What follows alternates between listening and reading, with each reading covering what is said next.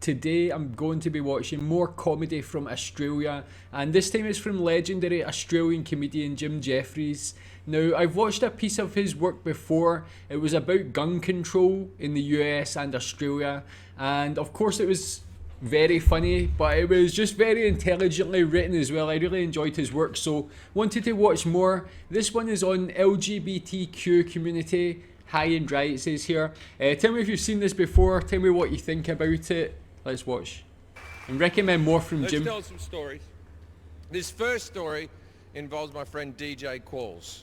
Right? You might know him as the skinny guy from Road Trip, or if Hustle and Flow, or more importantly, Billy from Legit. Right? So... I don't know. Don't know that. So DJ's gay. Right? I can tell this story. He knows. He's well aware. Oh, also, if there are any gay people in the room this evening, welcome. I big fan of the gay community. I've always been pro-gay. I studied musical theatre at university. I grew up in Sydney, one of the gayest cities on earth. Me and the gays, we're down. In fact, I'd say I'm an advocate. They have not said that. I like the gays. I like the LGBTQ community. I like them all. I like the L, the B, the G, the T, the Q, in equal measures. I don't even have a favourite. I like them all equally. I support them all equally. As individual groups. I do not support them as a collective group. Because they have fucking nothing in common. You have one bloke, he's like, I like sucking dicks. And another guy goes, I want to cut my dick off. We should be a group.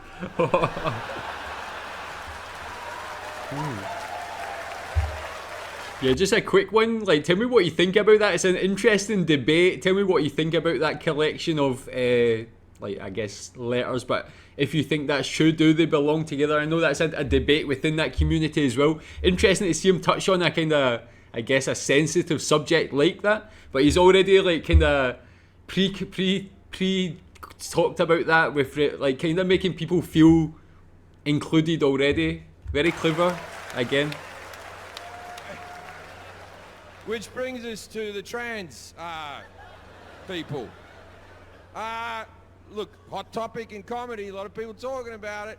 I personally, I've worked with trans people for 20 years in this business. I have no issue with trans people. I think it must be a very hard life. And if you know, if there was a surgery that I could have for me to stop hating myself, I'd fucking take it. So I get it, it's not an easy choice, right? And then, so I got no problems with trans people. And then I see all the comedians, and there's Chappelle and Gervais, and they told those jokes, and everyone got upset, and there was all this press, right? And I have no problem with trans people, but I do like press.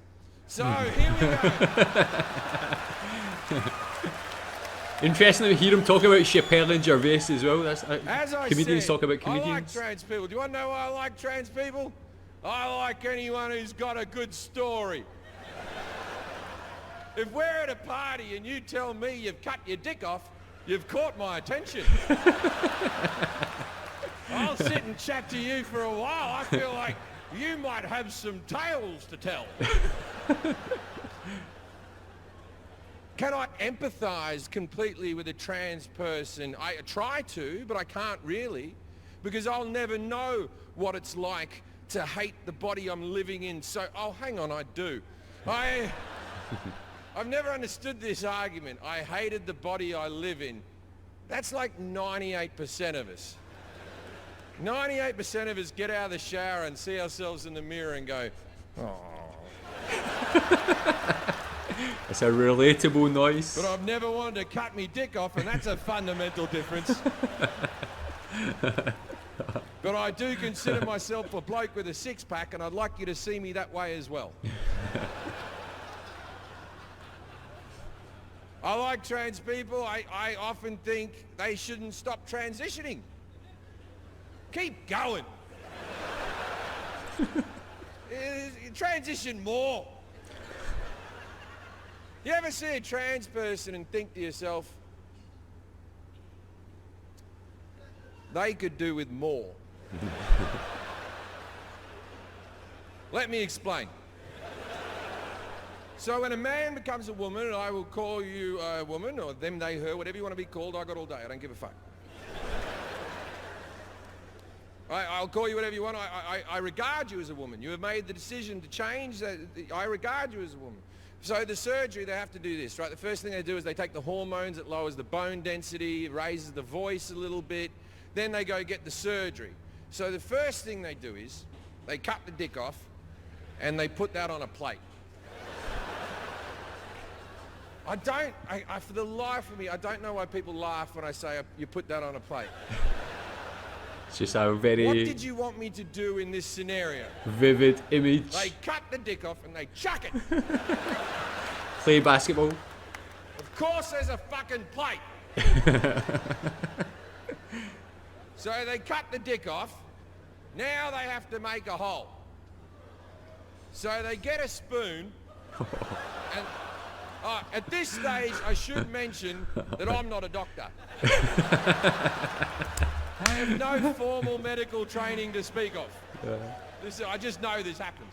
So, they shovel a hole. Fucking hell, man. Oh That's just a hole. That's not realistic. You need flaps. And that's where the dick meat comes into play. Oh my God. So they julienne some dick strips. Oh my God. It's like Korean barbecue. And they get some 3M double-sided tape. Jesus. And they put 2 on this side and 1 on that side. Because I don't know a lot about cunts, but I know they're not symmetrical.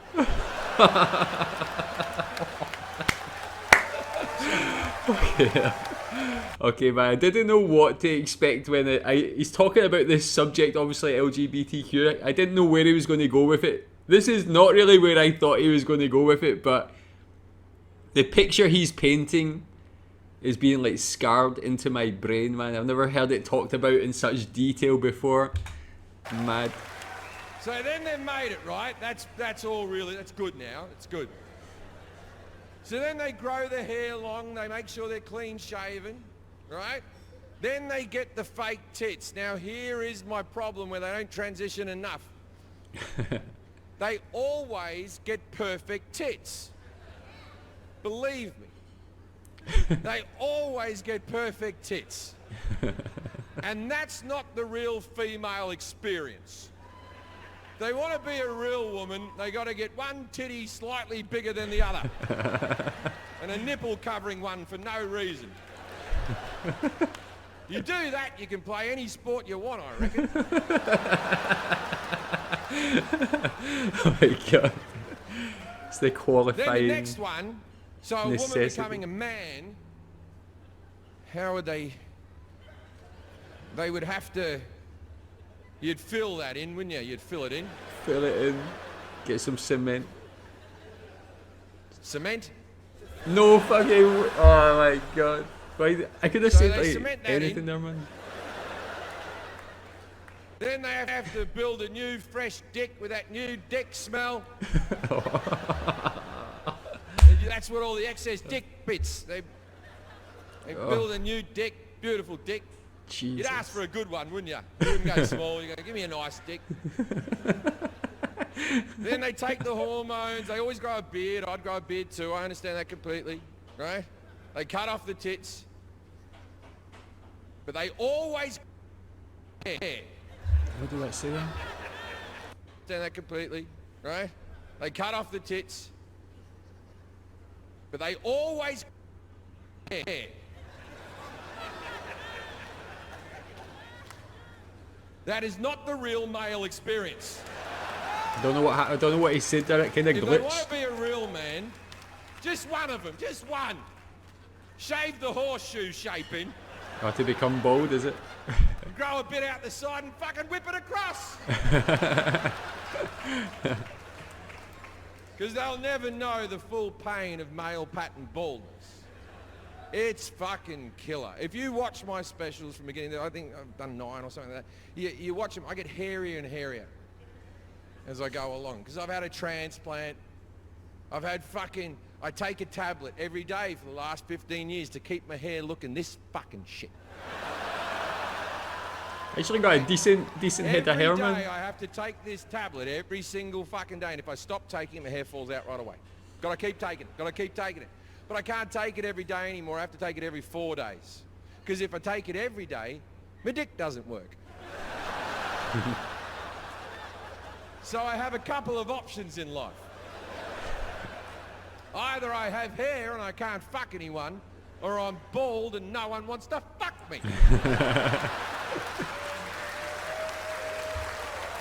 Again, like what I like is he's like touching on something that obviously trans people have these like body image issues and things like that. I think he's talking about something that I think a lot of people don't really talk about, is that men have to go through this. It can be like quite a devastating thing, losing your hair. Can really affect people quite badly and things. So it's like nice that he's actually touching on that. I think like people like who have went through that probably can relate to it and probably appreciate it, I think. And people, you mock the bald. You mock bald men. You tease them. It's like the last physical, we can't knock the fat anymore, we can't knock this, we can't knock that. But it's the last physical thing that people just tease people for. Hey, baldy. I don't give a fuck. My friend, someone came up and polished his head at a party with a tea towel. Jeez. Right? Fucking terrible shit. It really hurts. Losing your hair as a man is devastating. Devastating. So you can't joke about it anymore. And I know what you're thinking. I'm a comedian. I should have a thicker skin than this. But no, it's over. You cannot knock or tease male pattern baldness anymore. And these are your rules, not fucking mine. And I'll tell you why. I'll tell you why. Because one woman once had her baldness mentioned in jest. And you all lost your fucking shit, didn't you? Fuck Jada Pinkett Smith and her bald ass fucking head. I have zero sympathy. I hope it never grows back. Glad Will Smith's She not in the has it audience. easy. A woman losing their hair is easier than a man losing their hair. And I know you don't think it is, but it fucking is. First of all, sympathy out the fucking That's what I was going to wazoo. say. Women will get a lot more sympathy. Men is just They get expected, called really. brave. Sir, did anyone ever call you brave? Oh, poor guy. Not fucking one, not one. It's cold out, man. She could have worn a wig. She could have worn a wig. No one would have cared. Men aren't allowed to cover their baldness up in any fucking way, and if they do, they're considered a loser by society. Yeah, they'll get the piss taken out of them, man, If a definitely. man has a comb over, as soon as he leaves the room, you all make your little fucking comments. You're like, you see the fucking cunt with the comb over? How dare he? How dare he try to look like he has hair like everyone else?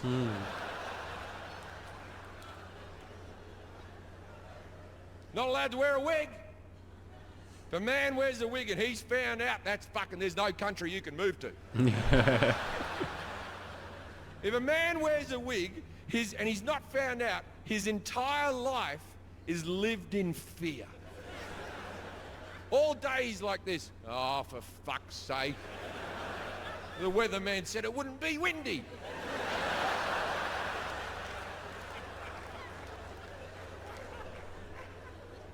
Yet women are allowed to wear wigs. Women are allowed to wear wigs over their full heads of hair, and they're just having a bit of fun. Wigs for everyone, or wigs for no one.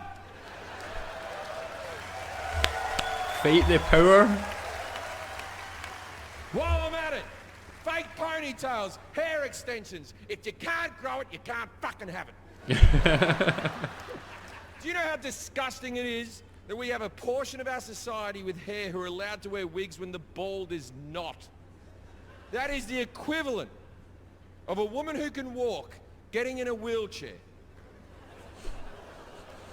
and wheeling herself up Oh my to a god. legless man trying to crawl his way home from the pub.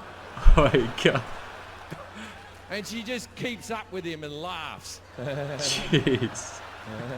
Oh my god.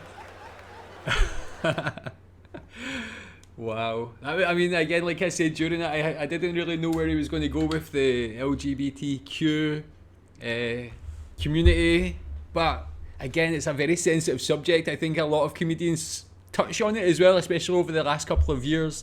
Some do it better than others. He'd handled it very intelligently. I should have expected that. As I mentioned after watching Gun Control, he's obviously a very clever writer, as well as, again, being so funny, man. The way he delivers his stand-up is very funny, but he makes these like quite interesting, serious points and just makes it very funny and raises like some interesting points to think about as well. Tell me what you think about the points he raised in there as well. Tell me what you think about Jim again, and recommend more of his work. Thanks.